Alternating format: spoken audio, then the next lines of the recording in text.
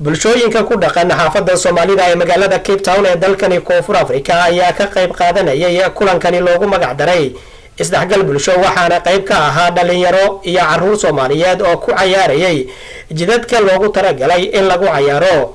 marka laga soo tago ciyaaraha kala duwan sida kubadda cagta wadista baaskiilada jimicsiga ayaa dhanka kale waxaa jira agab meel yaallo oo qof waliba uu kala soo baxayo qoraan uu ku qoran yahay xarfaha uu ka kooban yahay wadankiisa kadibna uu isku aadsanayo bartamaha jidadkaasi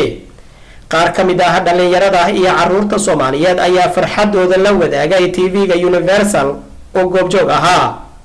maanta sida u jeedaan waxaan ku suganahay dalka South Africa gaar ahaan magaalada Cape Town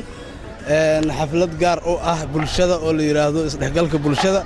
dhinac walba xadaaradeen aad ay u faraxsan tahay waa u jeedin hadda inaan meeshan ku bandhigayno magaca wadankeena oo ahaa Soomaaliya oo alwaaxiyo oo xarfo lagu qorqoro ah ka koobnaa marka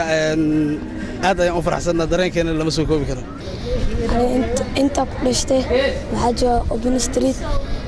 marka meeshan waxa ka jooga makaanka poolka ku ciyaarana marka iska faraxsanahay marka waa macna arin muujinayso in si soo jeedaysa bulshooyin kala duwan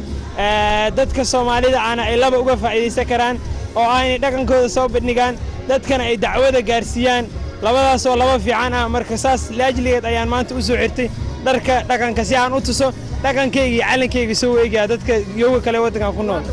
Oh, how is you feeling today?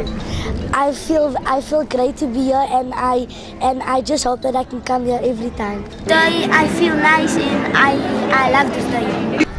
Open Street waa barnaamij loogu talagalay isdhexgalka bulshada iyadoo sanadkii labaad lagu qabanayo xaafadda Soomaalida ee magaalada Cape Town ee dalkani Koonfur Afrika sida muuqato waxaa xiran jidadka soo gala xaafadda Soomaalida